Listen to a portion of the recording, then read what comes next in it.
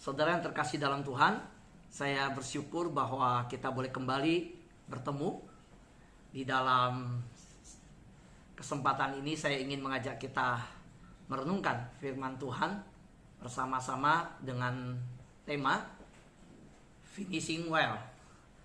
Saudara yang terkasih dalam Tuhan, mari kita lihat bersama-sama apa yang menjadi landasan dari renungan kita hari ini. Yosua pasal 24 ayat 29 sampai dengan 30. Demikian bunyi firman Tuhan. Dan sesudah peristiwa-peristiwa ini, maka matilah Yosua bin Nun, hamba Tuhan itu, ketika berumur 110 tahun. Lalu ia dikuburkan di daerah milik pusakanya, di Timnat Serah, yang di pegunungan Efraim, di sebelah utara Gunung Gaas. Saudara, saya berikan saudara ayat firman Tuhan di mana di bagian itu saudara perhatikan kalimat maka matilah Yosua bin Nun, hamba Tuhan itu. Lalu ia dikuburkan di daerah milik pusakanya.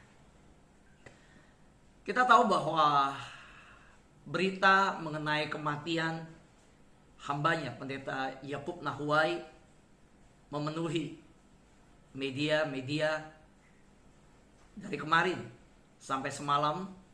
Saya melihat seluruh berita masih berkisaran tentang pendeta Yakub Nahuai.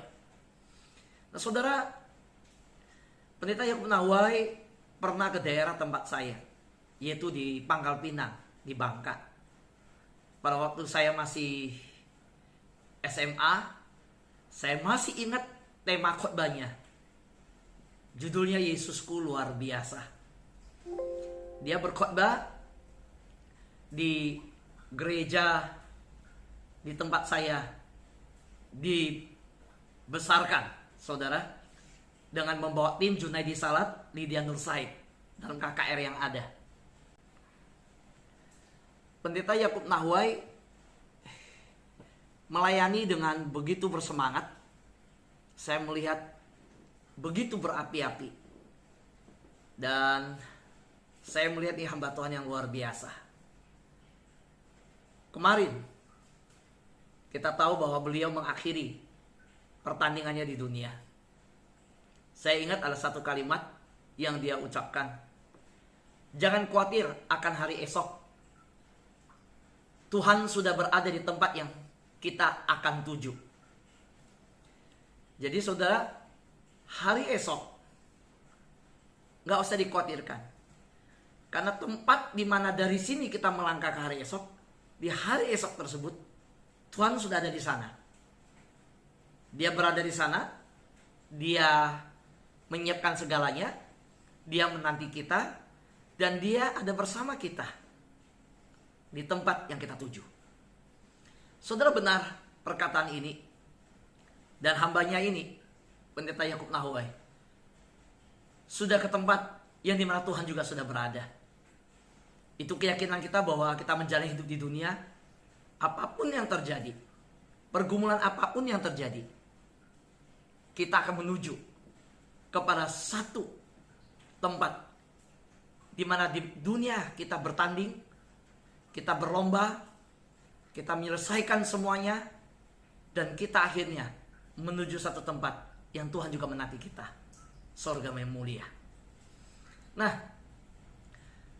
banyak hamba Tuhan telah mencapai garis akhir dengan baik, memberikan teladan yang baik, memberikan sebuah contoh kehidupan dan pelayanan sangat berdampak. Di Alkitab, salah satu tokohnya adalah Yosua.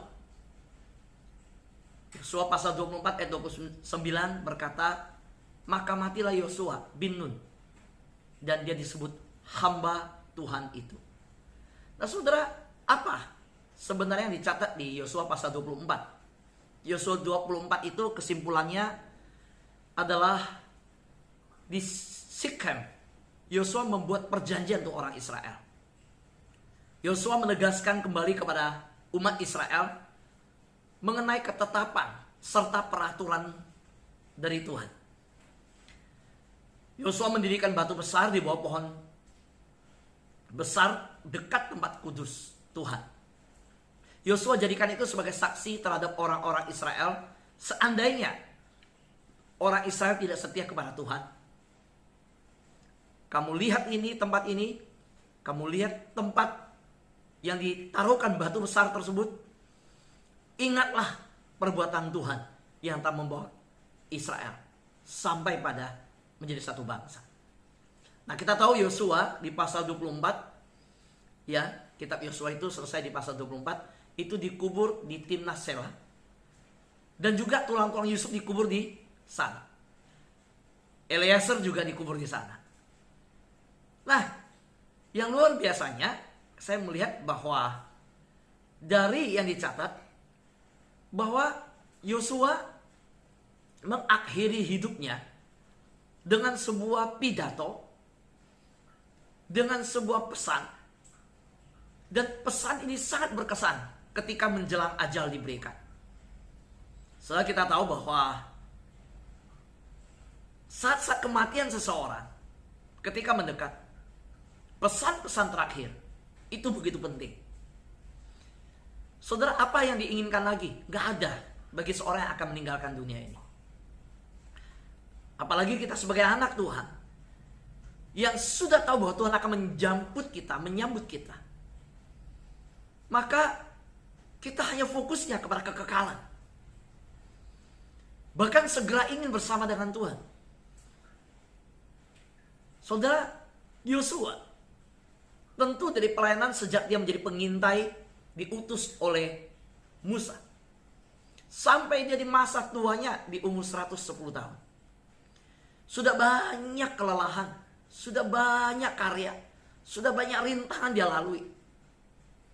Dan ketika Yosua akan menutup usia, Yosua masih melakukan satu pekerjaan yang luar biasa besar.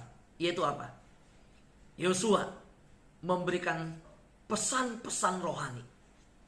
Apa pesannya? Kalau kita baca Yosua pasal 24, ayat 16 sampai ayat 18. Yosua bicara bahwa kesetiaan dan ketetapan hati untuk tetap beribadah pada Tuhan itu harus selalu dibangun dalam hidup bangsa Israel. Kita lihat lebih lanjut di ayat 19 sampai 21, itu bicara bahwa ketidaktaatan bisa menyebabkan Tuhan murka. Yosua ingatkan hal itu. Ingat Israel, engkau jangan pernah meninggalkan Tuhan, engkau jangan pernah tidak setia. Kalau engkau tidak setia, engkau tidak sungguh-sungguh mengikut Tuhan, maka Tuhan akan menyatakan murkanya, engkau akan mengalami kemarahan Tuhan, engkau sudah dianggap menjadi satu bangsa, engkau tidak boleh melupakan Tuhan. Saudara, di bagian pasal ini juga 24 ayat 22 sampai 25, Yosua juga memberi pesan, kesetiaan itu diwujudkan dalam tindakan. Kamu harus buang semua ilah lain. Jangan ada ilah yang lain, jangan ada berhala lain. Yosua juga terus mengingatkan, saudara. Saya memberikan urutan ayatnya dari ayat 16, 18, 19 sampai 21, 22 sampai 25 dan 27, 26. Yosua kemudian mengambil batu besar yang ia taruh di bawah pohon besar sebagai lambang tempat kudus. Nah, saudara, pesan-pesan dan tindakan Yosua mengambil batu, menaruhkannya di bawah pohon besar sebagai lambang tempat kudus Tuhan, itu pun bukan sebuah tindakan yang biasa. Itu juga sebuah pesan bahwa jangan pernah lupa akan Tuhan, jangan lupa sama Tuhan. Saudara yang terkasih dalam Tuhan, tindakan Yosua di akhir hidupnya ini dengan pesan dan menaruhkan batu di bawah pohon besar sebagai tempat kudus, bagi saya sesuatu yang luar biasa. Sesuatu yang benar-benar membuktikan bahwa Yosua memperhatikan hal-hal yang rohani. Yosua benar-benar hidupnya prioritas mendahulukan Tuhan dan kerajaan Tuhan. Yosua memberikan sebuah teladan hidup yang sampai akhir tidak lelah dan tidak menyerah kepada hal dunia. Tidak pernah Yosua berpikir untuk memberikan pesan yang lain. Yosua hanya benar-benar tertuju kepada kesetiaan. Bicara tentang ketaatan bicara tentang kesungguhan hati ikut Tuhan. So inilah hamba Tuhan yang finishing well. Ketika menjelang akhir kehidupannya, bukan lagi urusan dunia yang dipikirkan. Yosua justru membawa seluruh umat yang dikumpulkan di Sikem untuk melihat janji yang akan dia raih di dalam Tuhan. Saudara, bahkan dengan pidato Yosua, dengan dia dimakamkan ketika dia meninggal, ini juga membuktikan bagaimana Tuhan bertindak di dalam memberkati Yosua. Dan ini menjadi pengajaran besar bagi bangsa Israel. Saudara, kita lanjut ke ayat 30. Yosua pasal 24 ayat 30. Dikatakan di situ, lalu ia dikuburkan di daerah milik pusakanya di Timnah Serah yang di pegunungan Efraim di sebelah utara Gunung Gas. Perhatikan kalimat di daerah milik pusakanya.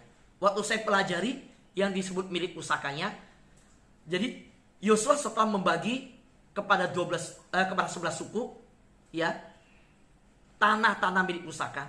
Yosua sendiri punya tanah pusaka juga di tengah suku-suku yang ada. Dan apa maksudnya Alkitab menuliskan dan mencatat kalimat di daerah milik pusakanya? Perhatikan. Ini bukti bahwa Tuhan setia dengan janjinya kepada hambanya Yosua. Dan saudara, bukan hanya Yosua. Kalau saudara baca pasal 24, juga kepada Yusuf, kepada Eleazar. Mereka saudara semua dikuburkan di tanah milik pusaka mereka. Dan bukan di tanah asing saudara. Haleluya. So ini bukti Tuhan tepat janji. Tuhan menepati janjinya dan tidak mengingkari janjinya. Amin saudara. Ya. Saudara tahu mereka berjalan dari Mesir keluar menyeberang, masuk ke tanah Kanaan, merebut tanah Kanaan. Dan akhirnya tanah Kanaan yang mereka tempati itu tanah yang sudah dijanjikan Tuhan untuk Abraham. Dan ternyata keturunan Abraham sampai di Yosua, Yusuf dan Eliezer, persis seperti janji Tuhan kepada Abraham, bahwa tanah ini akan menjadi milik pusakamu. Akhirnya Yosua, Yusuf, Eliezer benar-benar sampai mati dikuburkan di milik pusaka. Makanya Alkitab mencatat di ayat 30, lalu ia dikuburkan di daerah milik pusakanya.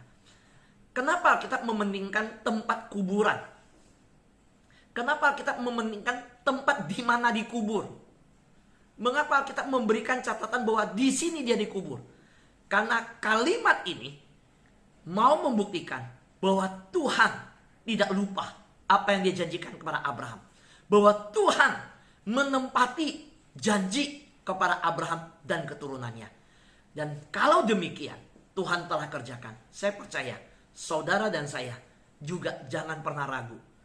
Tuhan akan menepati janjinya untuk hidup saudara dan hidup saya. Amin saudara. Karena itu saudara harus tepat mengenal janji Tuhan. Harus tahu apa yang dijanjikan Tuhan. Saudaraku yang terkasih dalam Tuhan, saya melihat di ayat 31. Sekarang kita menuju ayat 31. Saudara, di sini bagian ayat ini membuat saya melihat betapa besar pengaruh Yosua dalam kesalehannya, dalam hidup hubungan intimnya dengan Tuhan, di dalam dia bergaul dengan Tuhan.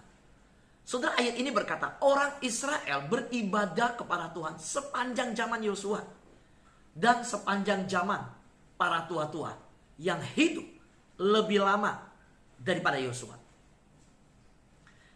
Saudara lihat kalimat orang Israel beribadah kepada Tuhan sepanjang zaman Yosua. Jadi sepanjang zaman Yosua mereka hidup beribadah. Ketika Yosua mati dan tua-tua yang masih hidup, sampai tua-tua itu masih hidup, mereka semua masih setia kepada Tuhan. Saudara, apa maksud daripada ayat ini? Saya katakan bahwa inilah pengaruh kehidupan bergaul Yosua dengan Tuhan itu diturunkan bagi umat Israel. Pengaruh kesalehan Yosua. Seorang hamba Tuhan, setiap kepala rumah tangga, apa yang kita turunkan kepada anak-anak pasangan kita? Kesalehan kita. Saudara mungkin mempersiapkan deposito. Saudara mungkin mempersiapkan banyak hal untuk keluarga kita. Tapi legacy, warisan yang besar yang diturunkan Yosua menjadi teladan untuk kita. Ingat baik-baik bahwa Yosua menurunkan kesalehan, kehidupan yang bergerak dengan Tuhan. Makanya bangsa Israel tetap beribadah kepada Tuhan semasa Yosua hidup sampai Yosua mati, dan sampai para tua-tua yang hidup dan Yosua masih hidup, mereka tetap beribadah pada Tuhan. Saudara, saya kasih bukti. Di Timnah Serah, tua-tua meletakkan di kubur Yosua itu pisau-pisau dari batu. So pisau-pisau ini dibuat oleh Yosua di Gilgal waktu mereka disunat, saudara. Nah, pisau-pisau itu masih ada di situ hingga saat ini. Dan memang sekitar sebuah desa yang terletak di Timnah Serah dahulu, akhir-akhir ini ditemukan banyak pisau dari batu yang berasal dari zaman prasejarah. Jadi waktu itu Yosua mengambil satu keputusan. Sebagai satu bangsa yang besar, Tuhan bilang generasi ini harus disunat semuanya. Saudara, waktu mereka disunat, itu resiko diserang oleh bangsa lain. Waktu disunat, pemulihannya lama. Kondisi tubuh sedang nggak total fit semuanya. Tetapi saudara, Yosua berani melakukan tindakan. Sedangkan mereka dikelilingi oleh bangsa-bangsa yang tahu keberadaan mereka. Pada waktu mereka disunat, saudara, Tuhan melindungi mereka tidak diserang oleh bangsa lain.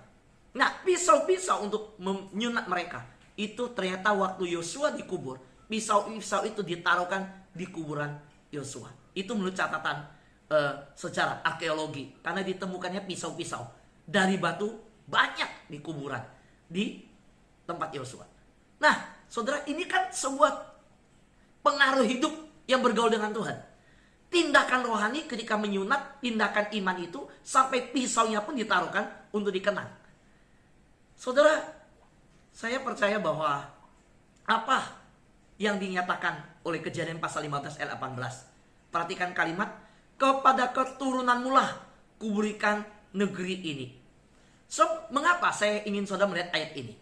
Saya ingat ayat ini adalah janji Tuhan dengan Abraham.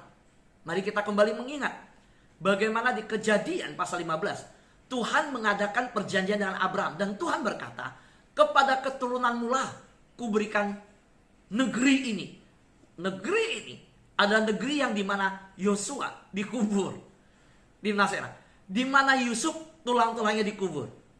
Nah, saudara, berarti dari Abraham ke Ishak, ke Yakub, ke Yusuf, sehingga sampai Yusuf dan Yosua, sampai Yosua dikubur di tanah milik pusaka.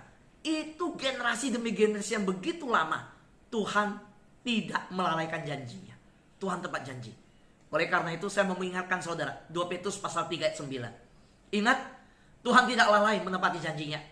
Sekalipun ada orang menganggapnya sebagai kelalaian, tetapi Tuhan sabar terhadap kamu. Karena Tuhan menghendaki supaya jangan ada yang binasa, melainkan supaya semua orang berbalik dan bertobat.